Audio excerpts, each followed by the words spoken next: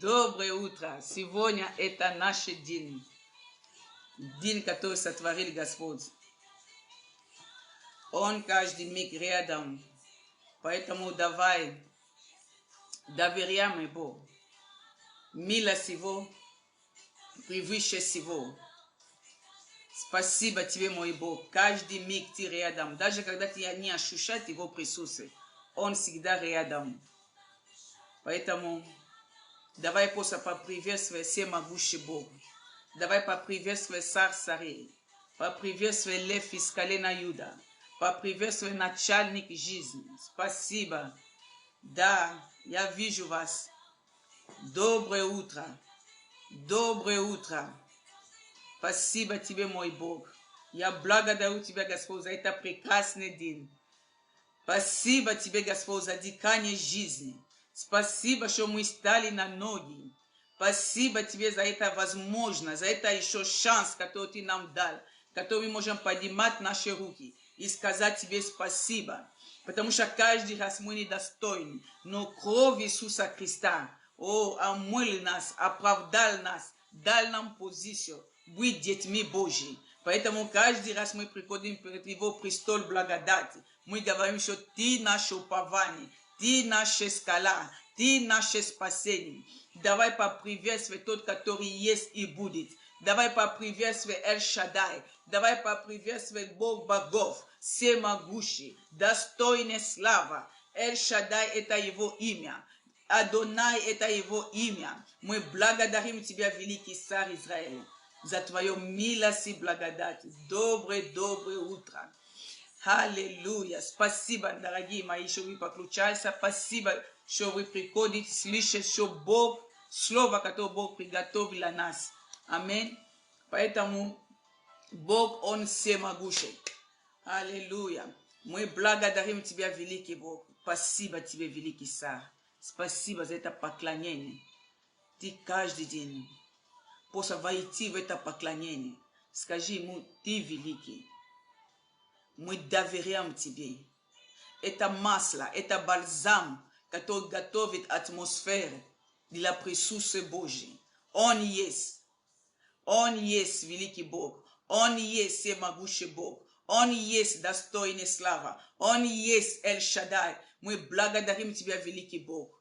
Спасибо Тебе, Господь, что Ты разбуждаешь каждого. Спасибо, Господь, что народ Твой, Господь, проснулись. Народ Твой, Господь, собирается вокруг Тебя, чтобы Тебе сказать спасибо. Спасибо Тебе. Но давай познакомимся. Те, кто меня не знают, меня зовут Кларис. Я живу в Одессе. Я вообще из рода Конго. Мы приехали с мужем здесь. Муж сначала приехал, и потом, как студент, и Бог призвал нас. И так мы остались, и мы служим Бога долгое время здесь, в этом городе.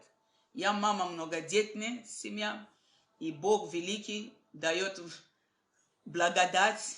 И у нас есть церковь здесь в Одессе, называется Рука Божья. Поэтому я благодарю Бога еще за эту платформу, мы молитва, которая объединяет нас. И я знаю, что это не случайно, что мы находимся на этом месте. Потому что наш Бог – это Бог всемогущий. Наш Бог – это наше упование. Наш Бог – это наша скала. Поэтому на этой платформе я благодарю Бога, что мы встречаем с многими из вас. Мы познакомились с многими людьми. И я знаю, что Бог расширил наши пределы. Да, из Рига. Шалом, дорогая моя. Пусть Господь благословит тебя. Пишите, из какой город или какой страна вы находитесь. И чтобы мы приветствовали вас. Аминь. Что я могу сказать? Действительно, Бог благ. Эта неделя, это была неделя огонь. Это неделя, которая действительно Бог явил себе. Мы видели себе со стороны. Каждый ведущий, каждый спикер, который говорили, наша группа, мы молитва. Вы знаете, я не знаю, как для кого-то, но для меня это действительно было бальзам. Как Слово Божье говорит, что Слово Божье это свет, это светильник нога мои. Вы знаете, когда ты знаешь дорогу, когда свет есть, легко идти. Но когда нету света, это тяжело, ты можешь падать. Но через это слово начиная с понедельника, как могущественная наша сестра Светлана вела нас, и вторник, и все наши спикеры, вау, это было сильно. Насколько, что открыли меня лично, где я не видела себе. Я думаю, что у меня все хорошо, все нормально. Но когда свет Божий приходит в твою жизнь, начинаешь открывать, где ты думаешь, что все хорошо. Я думаю, что тоже для вас, и как мы, потому что мы сами нуждаемся в спасении. Потому что не бывает мы в Царстве Божьем, бывает я.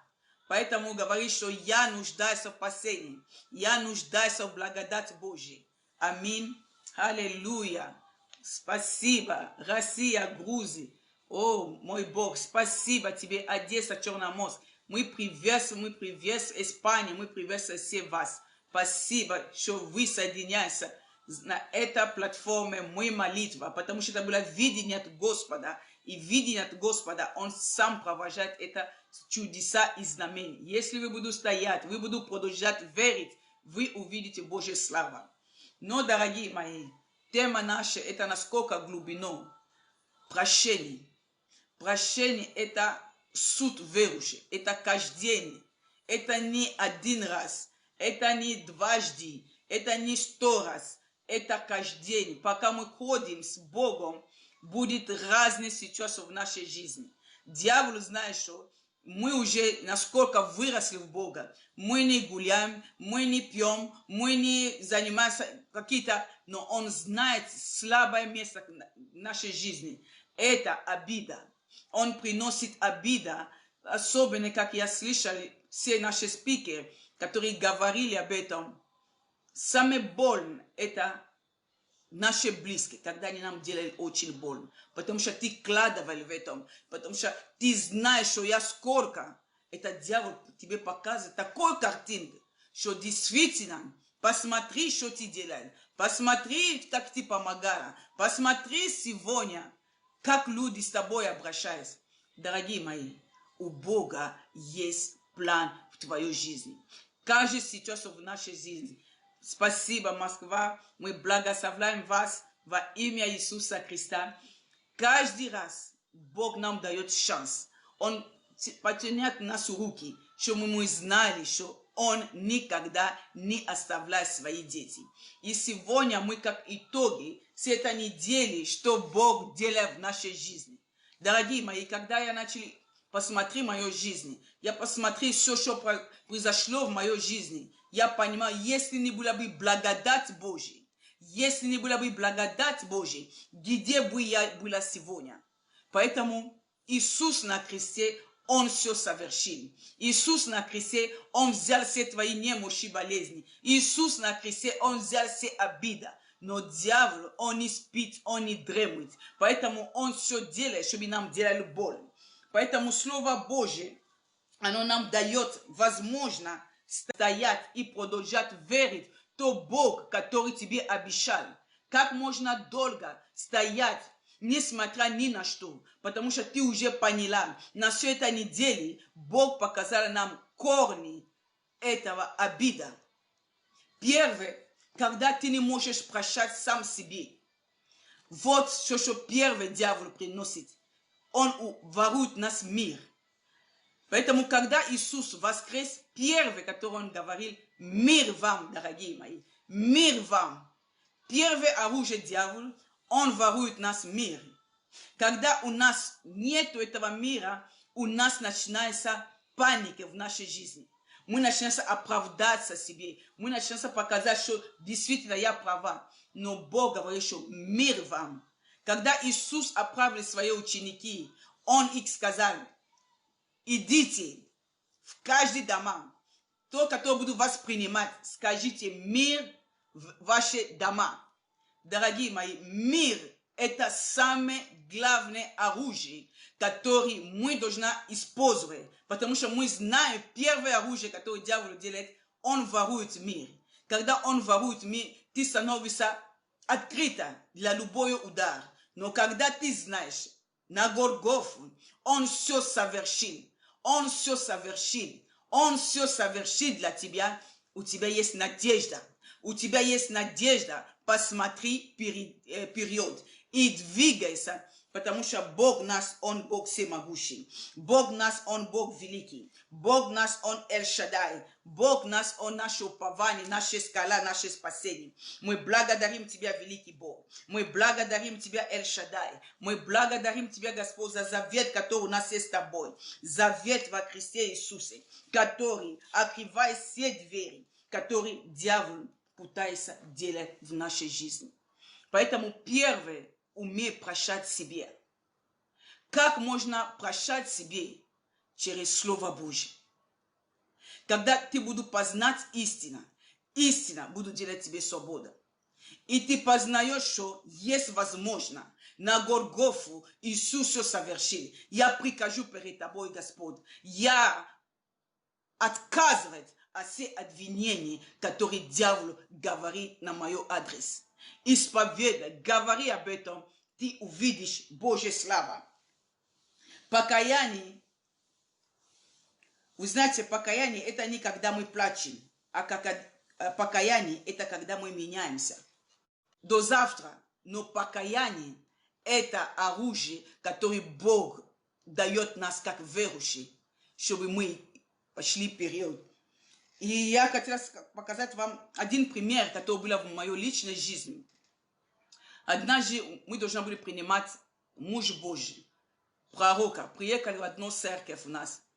Всю эту неделю я готовила в этом, я молилась, что Господь, я хочу получать, у меня было нужды, которые я молилась, я хотела получать четко направление от Бога. У меня уже Бог мне говорил, но я хотела еще, чтобы Бог утвердил этого. Я готовила в этом.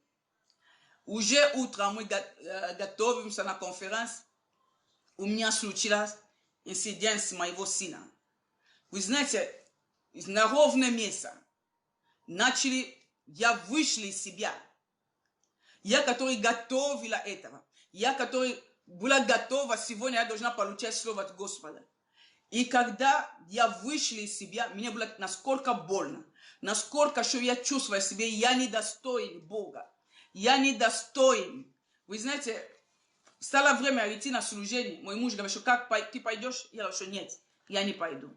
Он просто пришел, оставил ключ от машины и документ. Он говорит, что я пойду на транспорт, такси, но машина, когда тебе надо, ты будешь. Вы знаете, когда он ушел, сначала он сам попробовал поговорить, объяснил меня, чего ты обвиняешь себе. Знаешь, все этого было такое состояние, что ты не знаешь. Но когда он ушел, я сидела сама, я начала, знаешь, это сама сожаление. И вдруг я взяла себе в руки, я взяла место Писания, которое Бог говорит, что праведник 7 раз упадет, Бог поднимет.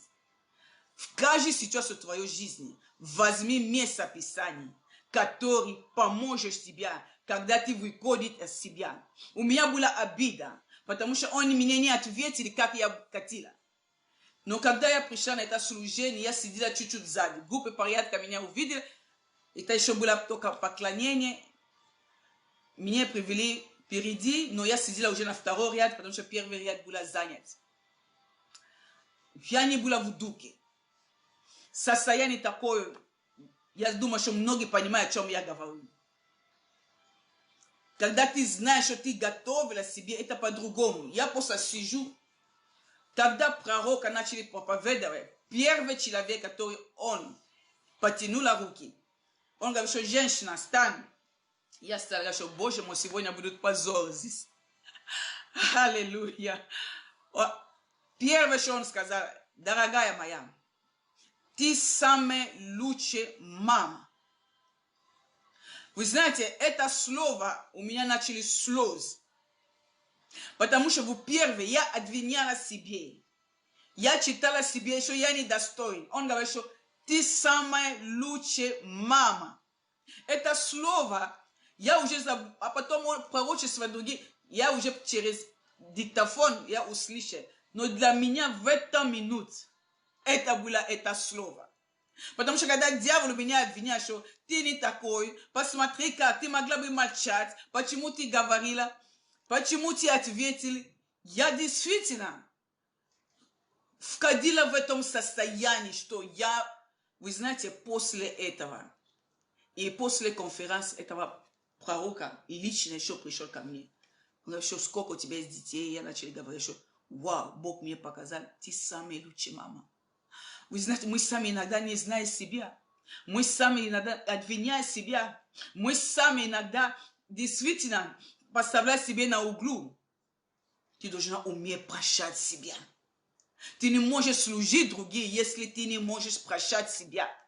Это первое орудие, которое дьявол использует. Когда ты победил себя, ты можешь идти дальше.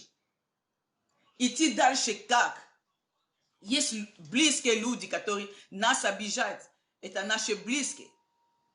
Я когда-то засвидетельствовала об этом. Еще когда-то у меня было тоже какие-то проблемы с сыном. Он хлопал двери, он уехал. Вы знаете, я сидела, я плакала перед Богом. Но я взяла это место Писания, которое Бог когда-то мне напомнил. Что я лучше мама.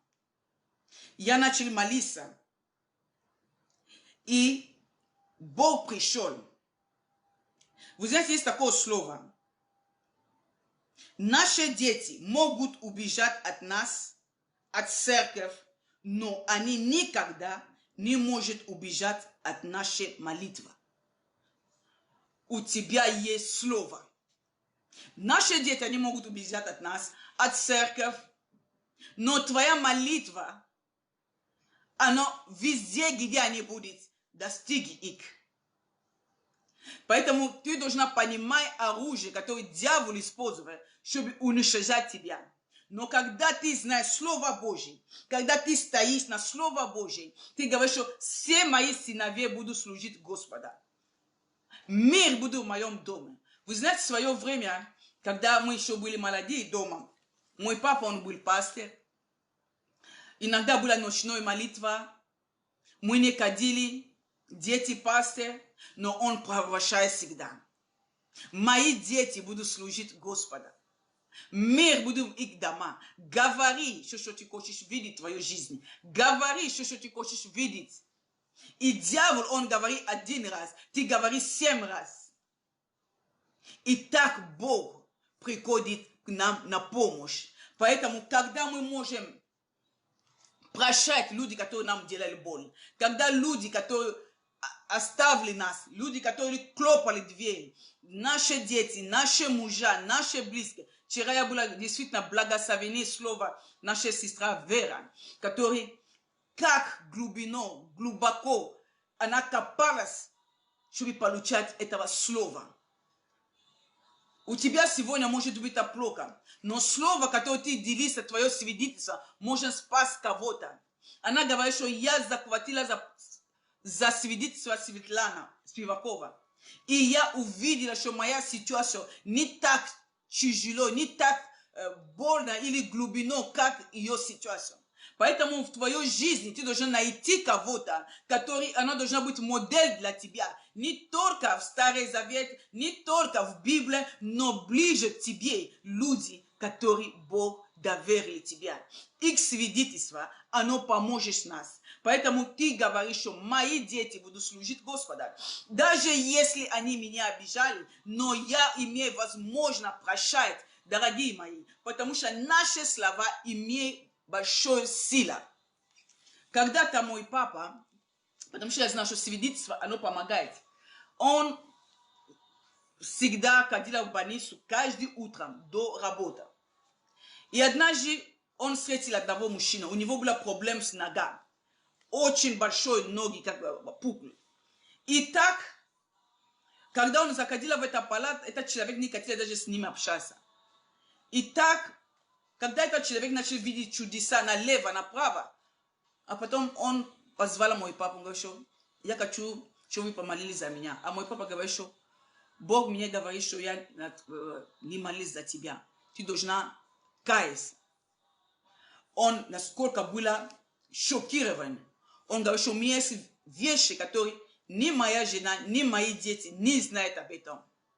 Он говорит, что мой старший сын отправлял деньги за его младший брат для учебы. И моя жена поставила деньги на конкретное место. У нее был ключ. И однажды она оставила ключ. Я вам говорю, это папа в этой семье. Я дублировала этот ключ. И каждый раз, когда мне нужно, чтобы пить, я приходила и забирала потихоньку деньги. Но однажды, когда она открыла это ящик, она была в шоке. Она начала кричать, призвала свои дети. У нее было двое сыновей. Кто вошел в этом дом? Кто украл? Вы знаете, это деньги для твоей учебы, говорит младший брат. Дети говорят, что мама, мы не знаем. А папа вообще даже не мог думать, что папа может это делать. А эта мама освободила после слова. Если этот человек, у него есть ноги, ходит как человек, пусть Господь явит себе в его жизни. Вы знаете, она просто освободила слово. И прошло несколько... И мама поменяла, как называется, замок, все вроде бы как нормально, но однажды этого мужчина, у нее была какой-то опухоль. Он чуть-чуть начали, как называется, и так ноги становятся больше и больше. И когда он уже лежал в больнице, он сам не помнит, жена тоже даже в мысли, даже не было что за этого. И когда мой папа ходил в эту больницу, когда он проповедовал, как я говорю, что Слово Божье – это светильник нога твоей. И когда Слово вошло в его жизнь, он увидел, откуда пришел болезнь. Я слышал, все наши спикеры, которые, ведущие, которые вели на этой неделе, они говорили, что есть болезни, которые приходят, когда мы не прощаем. И когда он открыл это, он сказал, мне нужна ваша помощь. Он говорит, мой папа, я хочу, чтобы, когда я буду говорить с женой и детьми, чтобы ты была здесь. Потому что я знаю, что это будет серьезно. Потому что я уже несколько месяцев, я была в другой больнице, сейчас меня привели здесь. Они тратили все деньги, которые были, и мой сын еще отправляет деньги за мое здоровье. Посмотри, что делает дьявол. Посмотри, что делает обида. Мама просто освободила слово. Но враг, дьявол, будет так рядом.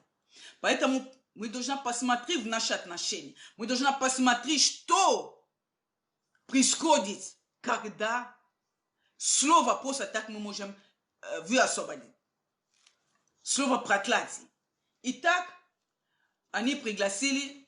Он что пастор здесь, я хочу с вами поговорить.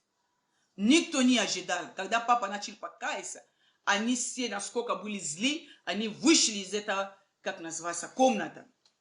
А мой папа следовал за ним, что, дорогие мои, вы видите, что такое обида можно принести. Если вы тоже будете поворачивать спину, это было слез, это было больно.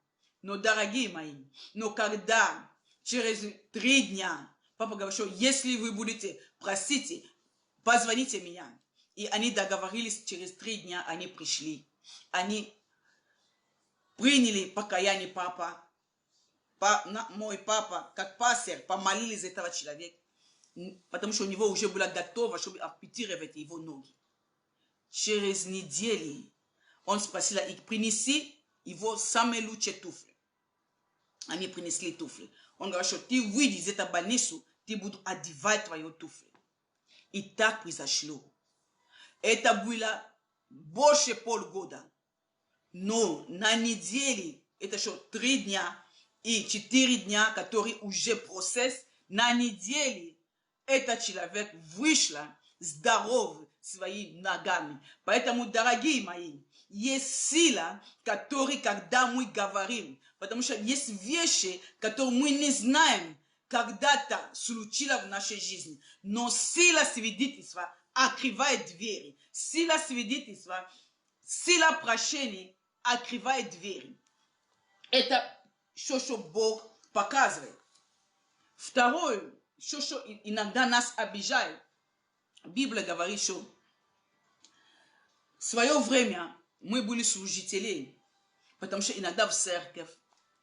Я говорила, когда Анна была перед священником, она молилась, она искала Бога. Бог уже дал ее победу, она уже вот в двери победа.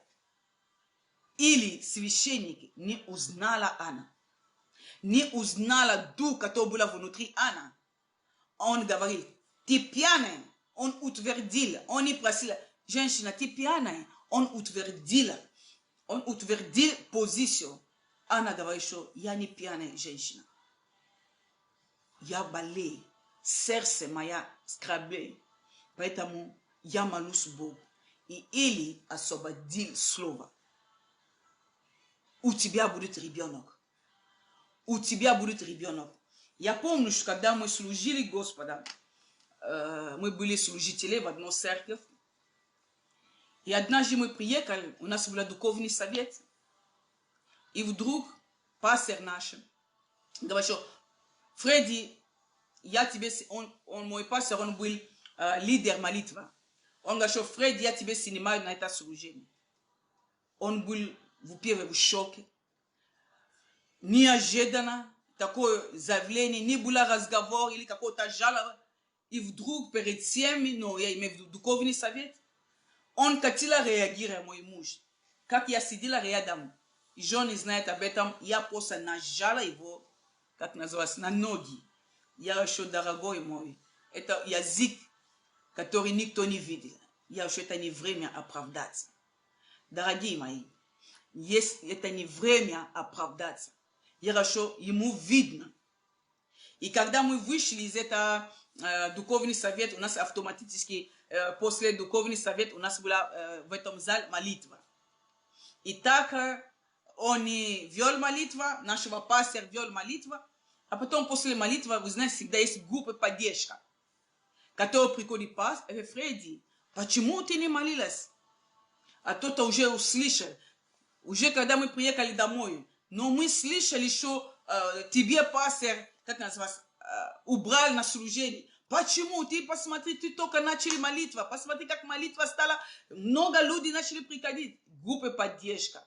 Сразу мой муж и я, мы говорим, что мы не хотим принимать никакого звонка, никакой телефон, мы не будем принимать, потому что мы знаем, за это что-то стоит.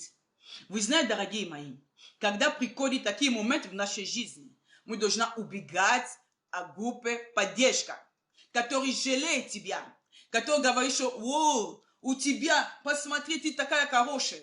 Ты говоришь, что «Нет, я не хочу». Когда ты отказываешь эти группы поддержка, Бог приходит к тебе на помощь. Мы просто возвращались домой, мы молились Бога, и в воскресенье, это была пятница, в воскресенье, как всегда, первое, мы пришли на служение, мы не вели молитву, потому что мы знаем, что наше призвание, мы не призваны только молиться, но мы призваны для Бога. И так мы пришли на воскресенье, как всегда. Аллилуйя. Пятницу, следующую пятницу, как всегда, первая на молитва. Вы знаете, а потом все эти группы поддержки, когда они увидели, что мы закрыты для личного разговора, вы знаете, ты даешь возможность, чтобы Бог поговорит тебя. Потому что всегда люди будут поддерживать. Даже когда ты виновата, придут люди, которые будут поддерживать тебя. Но когда ты знаешь, ты стоишь на Слово Божье, Бог приходит на помощь. И прошел месяц, прошел 2 месяца, наши отношения к пастору не изменилось. Мы приходили, как всегда, мы молились, но, как называется, не видя, как называется, молитва, но мы всегда были рядом нашего пастора. Однажды пастор позвонил моего мужа. Он говорит, что Фредди, это твое служение. Я слышал, много людей говорили плохо от тебя, но я не слышал, что ты говорили против меня. Это твое служение. Продолжать в это служение. Дорогие мои, если это твоя, как не было вокруг тебя, ты будешь продолжать двигайся. Но если мы вошли в обиду, скажи меня, мы бы потеряли. Поэтому происходит в нашей жизни, как служители, как пастыры, как... Потому что Бог знает, что Он приготовил для нас. Есть место Писания, которые... Несколько мест Писания, которые меня поддерживают, когда нахожусь в такой ситуации. И когда мы молились, Бог нам дал это место Писания. 1 Петра 2, 18, 21. Дорогие мои, мне нужна ваша помощь. Слуги, со всяким страхом, повинуясь Господам, не только добрые, кроткие, но и суровые. Ибо то угодно Бога, если то замышляет о Бога, переносит скорби, страдает неправедливо. Ибо то за похвала, если вы терпите, когда вас бьет за проступки. Но если делает добра и страдает, терпит, это угодно Бога. Ибо вы к тому призваны. А я не знаю, что призвание тоже есть в таком случае. Ибо вы к тому призваны, потому что Христос пострадал за вас, оставил нам пример, дабы мы шли по следам Его. Дорогие мои, есть разные призвания. Ты не только призван на прославление, ты не только призван быть пастор, ты не только призван, вот призвание. Когда я читал это место Писания, вау, Господь, вот что-то за призвание, которое иногда я не хочу этого, но ты должна пройти. Что-то за похвала. Если ты действительно делаешь плохо, тебе наказать, но вот где обида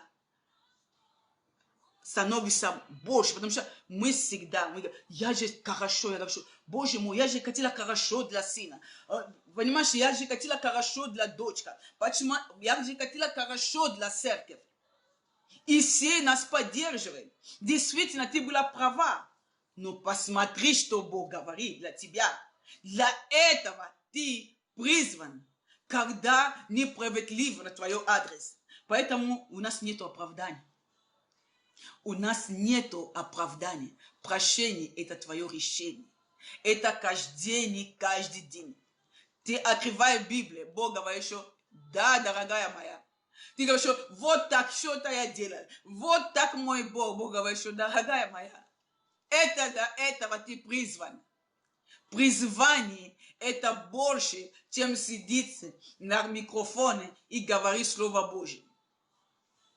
Второе место Писания, который Бог мне дал, и оно помогает мне, когда ты хочешь жалеть себя.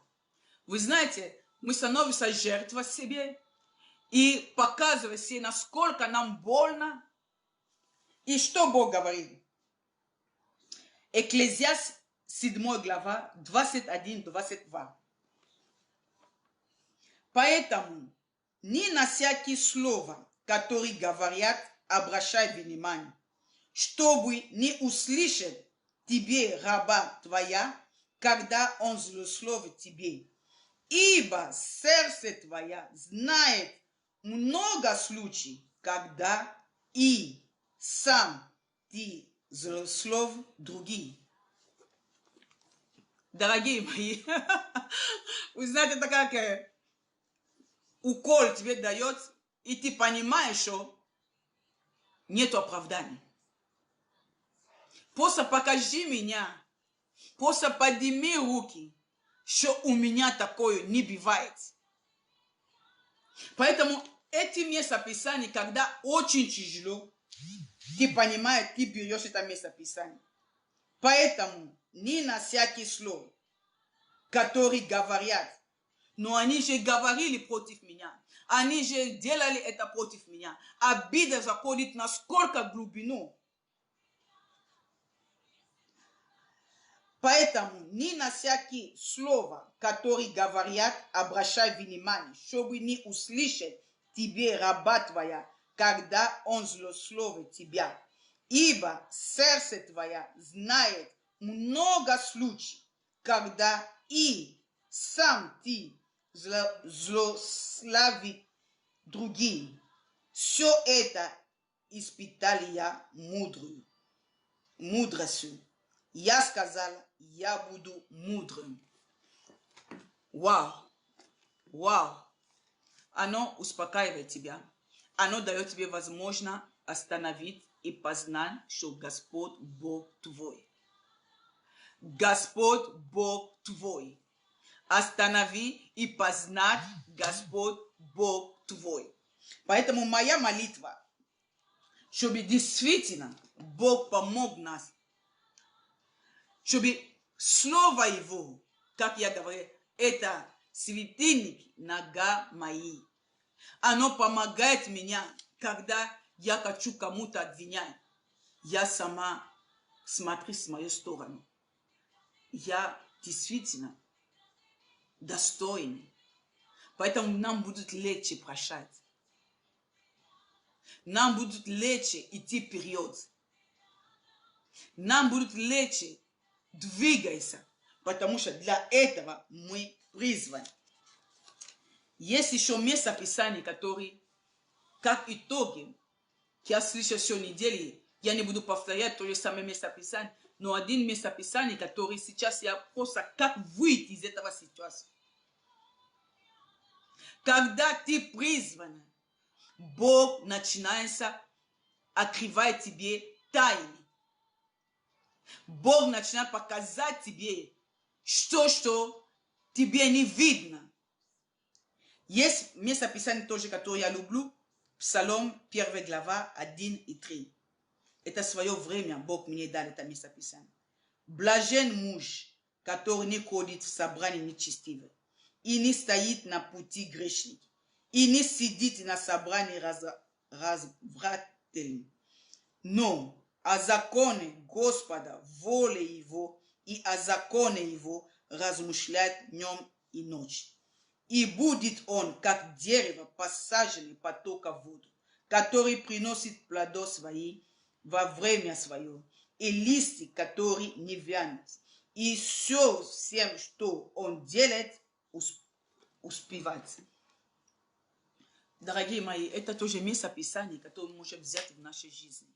Я хочу, чтобы убегать от личный разговор, возьми это место Писания. Блажен. Я блажен, мой Бог, мой Сар.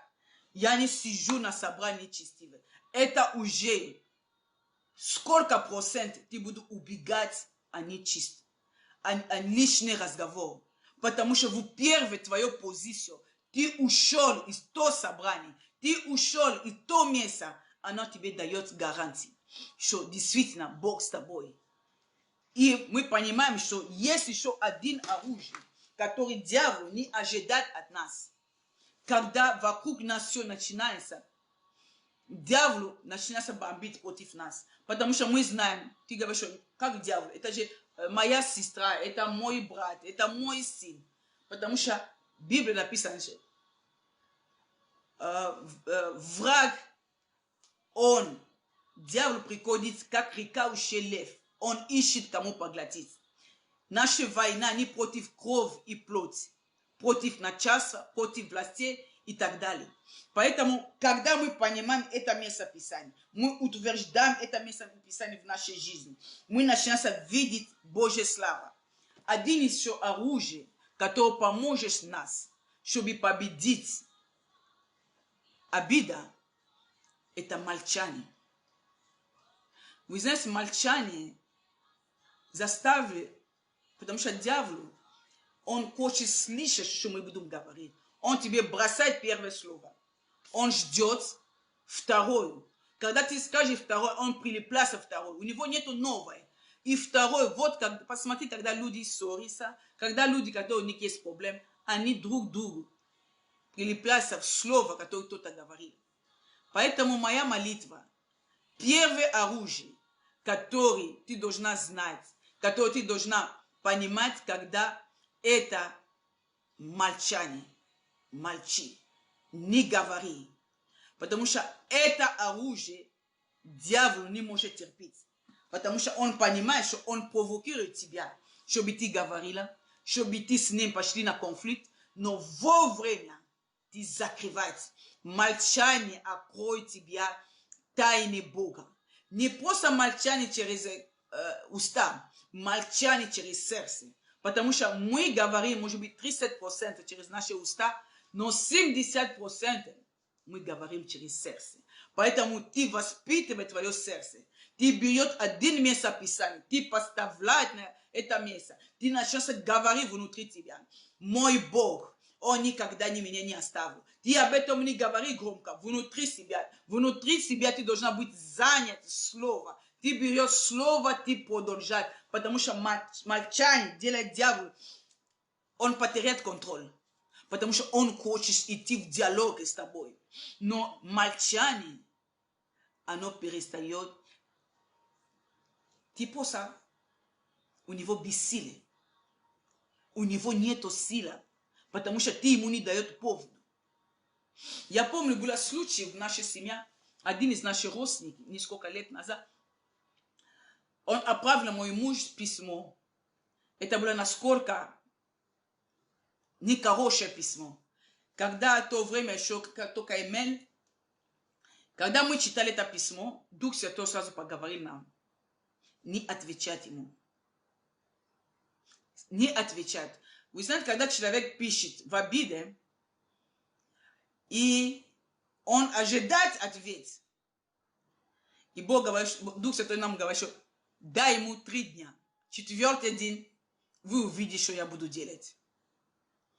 Мы были просто послушны. Мы ему дали 3 дня. 1-й день Бог говорит, что когда человек пишет тебе такое письмо, а потом вечером, потому что он ожидает ответ, он вечером придет, он будет читать, он будет посмотреть. Есть ответ? Нет. В следующий раз он придет, есть ответ. А 3-й раз он будет читать, что он писал.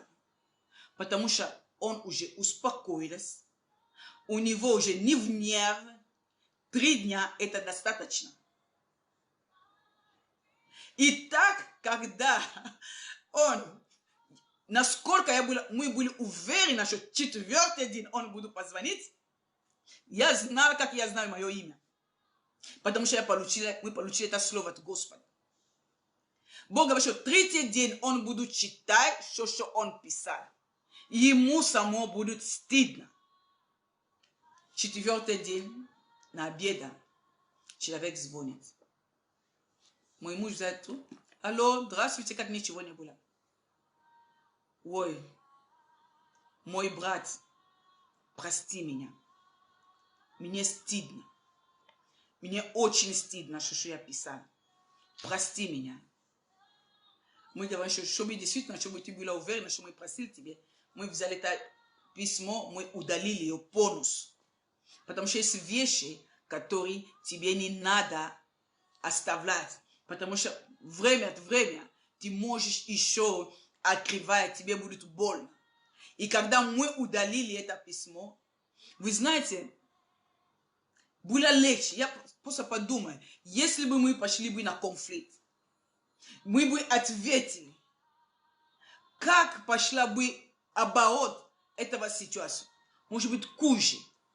Поэтому, дорогие мои, оружие, которое может поставить дьявола на колени, даже не может, который поставляет дьявола на колени, это твоя молчание. Дьявол с ума сходит. Он говорит, что это, он будет попробовать так. Поэтому есть что. Мы попали в ловушку. Было много раз, которые мы попали в ловушку, которые мы не могли бы молчать.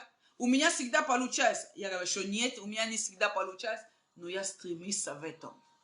Поэтому я доверяю вас. И я знаю, что наш Бог, Он никогда не оставляет свои дети. Если вы будете продолжать верить, если вы возьмете, есть место Писания, которое основа, который ты не можешь оправдать себя, потому что здесь написано, сколько ты можешь говорить, Бог говорит, что я знаю, на Голгофу, сколько людей плюнули меня, но я сказал, Отец, прости их, потому что они не знают, что они делают. Дорогие мои, люди, которые нас обижают, они не знают, что они делают. Но когда мы идем к ним на встречу, начинается с ним в конфликт, вот Бог входит в сторону. Но если у тебя есть сила, давай. Но молчание – это оружие, которое будет уничтожать все, что дьявол планирует.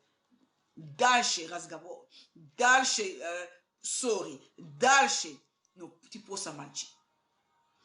Даже в семье, везде, ты просто сиди, потому что он не знает, о чем ты думаешь. Он может принести мысли, но он не знает, о чем ты думаешь.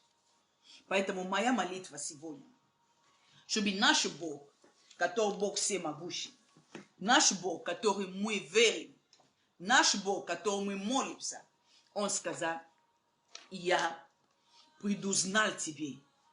Дорогие мои, в призвании есть, что Бог приготовил от нас. Он сказал: я предузнал тебе. Он узнал нас заранее, на период. Я предопределил тебя.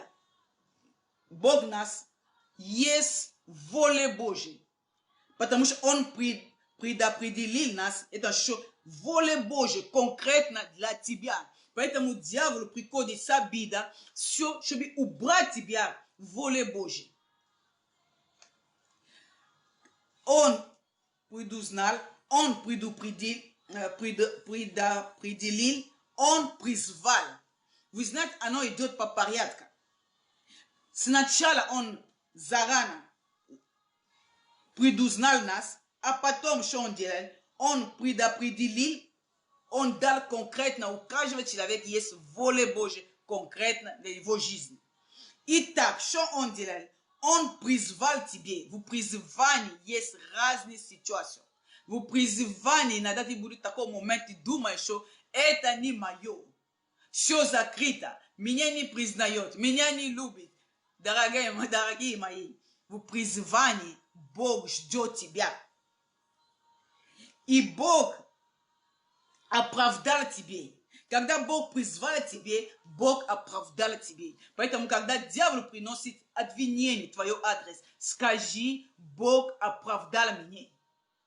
Потому что Он дал тебе миссию. На этом миссии Он должен защищать тебя. Поэтому каждый раз, Библия написано, что праведник 7 раз упадет, он поднимется.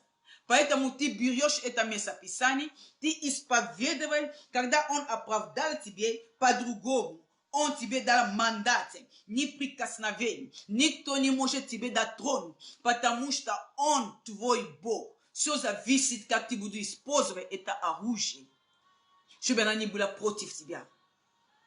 И когда Он оправдал нас, Он нам дал иммунитет, который будет защищать нас, который будет с нами, когда нам тяжело. Поэтому Он уже оправдал нас. Когда мы будем давать экзамен, когда все пройдет, когда мы падаем, мы стоим, когда мы падаем, мы стоим, когда за нас или мы обижаем другие люди, мы понимаем, что мы пойдем, чтобы просить прощения. Не только когда нас обижают, но мы обижаем другие люди. Это самое сильное, когда ты идешь на встречу, когда ты говоришь, что прости меня. Потому что, чтобы не были жертвы, только я думаю, что когда есть проблемы, всегда на обе стороны. Поэтому, когда мы будем давать экзамен, в конце будет, в Библии написано, что Он прославит тебя и меня. Поэтому я хочу сейчас, чтобы мы помолились, чтобы Бог прославил тебя и меня. Чтобы Бог был на нашей стороне. Чтобы Бог, что Дух Господь Бога на мне, Он помазал меня, чтобы освободить из мучи на свободу. Все, которые мы берем в наше сердце, это тюрьму, которую мы оставляем людям. Да, дорогая моя, это Божий иммунитет. Когда ты уже, когда Он оправдал нас, Он нам дал такой мандат. Он говорит, что иди, у тебя получится. Он мне дал иммунитет. он меня дал мандат, не прикосновение. Поэтому, когда дьявол стоит, чтобы обвинять меня, обвинять тебя, дорогая моя, ты говоришь, что написано, ни одно оружие против меня не будет успешным. Праведник, да, я ошибалась, да, я не была права, но праведник 7 раз упадет, 7 раз поднимется. Поэтому я прошу, я хочу действительно, чтобы вы понимали, чтобы когда мы потеряем эту позицию, его цель, дьявол, чтобы ты потерял эту позицию праведники, чтобы ты говорила, что я не достоин, что я так не поступила с моими родителями. Да, у тебя есть возможность на колени призывать Господа. Сколько можно обвинять себе. Но Бог говорит, что только я знаю намерения, которые я имею для тебя. Намерения на благо, не на зло. Чтобы дать тебе будущее. Твое будущее искуплено через кровь Иисуса Христа. Аллилуйя. Давай сейчас мы будем молиться. Господь мой Бог, я проповедую Твое Слово. Господь, я молюсь, Господь, чтобы Ты освободил Твоего народа. Господь, посмотри, где дьявол показывает нас, что у нас не получится. Но я знаю, что Ты нам дал. Ты оправдал нас, мой Бог, мой Царь. Ты предузнал нас, мой Бог. Ты предопределил нас, мой Бог. Ты призвал нас. Ты оправдал нас. И Ты прославил нас. Поэтому моя молитва, Господь, чтобы Твоя рука прямо сейчас, Дух Святой. Дух Святой, те, которые уже потеряли надежду. О, мой Бог, мой Сын, я проповедую Твое Слово. Твое Слово – это светильник, Господь, нога моя. Оно показывает меня путь, Господь. Где я упала, мой Бог. Я благодарю Тебя, Господь. Слово, которое мы слышали, Господь, у Тамара, как называется, прошлый раз, когда она проповедовала, она говорит, что спасение, мы можем терять спасение. Мой Бог, минуту, пожалуйста, я наберу это. Мы можем терять спасение. Вы знаете, всегда мы думаем, что спасение это навсегда. Но я захватила за слово, которое наша сестра Тамара говорила. Евреи 19:15. Наблюдать, чтобы кто-то не лишился благодати Божьей. Наблюдать, это значит, что не наблюдать у твоего соседа, наблюдать само себя. Посмотри внутри себя. Это поможет тебе. Потому что спасение мы можем терять. Поэтому, когда мы будем наблюдать вокруг нас, когда мы будем наблюдать сначала к себе и Бог, чтобы мы не потеряли спасение. Я насколько была, вау, спасение можно потерять. И Петра, 1 Петра, 2 Петра, 1, 2, 3, последнее местописание. Благодать и мир вам да множится в познании Бога и Христа Иисуса, Господа нашего. Благодать есть возможно на умножение. Благодать это не благодать я спасен. Нет. У благодать есть возможно на умножение и на чего. И мир тоже есть возможно, есть на умножение. Но как в познании? Не в знании, но в познании Иисуса Христа. А что сестра наша говорила? Благодать, чтобы наблюдать, чтобы ты не лишил благодать. Есть возможно для умножения, благодать и мир. И есть тоже возможно, можем потерять благодать. Поэтому я хочу действительно, чтобы мы захватили за это слово, что Бог прощает свои дети. Господь, я проповедую Твое слово. Я молюсь, Господь, чтобы Ты провожала это слово, чудеса и знамения. Во имя Иисуса Христа. Яви Твое слава, Дух Святой. Будь прославлен, Господь. Те, которые нуждаются в Твоей исцеляющей силе, которые через слова или проклятие, которые что-то делали, что-то люди говорили против них. Я аннилирую эти слова проклятия. Во имя Иисуса Христа. Я провозглашаю, Иисус есть Господь в их жизни. Те, которые нуждаются сверхъестественно, Господь, милость Твоя, Господь. Твоя рука, Господь, потяни, Господь, в их семья. Я провозглашаю Твое мир и шалом. Твоего. Я провожаю, чтобы благодать Твоя, Господь, умножится во имя Иисуса Христа. В познании Христа Иисуса. В познании, Господь. Дай нам, Господь, возможно, любить Слово Твое, который открывает нам, Господь, все двери, которые были закрыты. Потому что Слово Твое, Господь, это светильники нога моей. Оно открывает, оно показывает. Я благодарю Тебя, мой Бог, мой Царь. Яви Твою славу, великий Бог Израиль.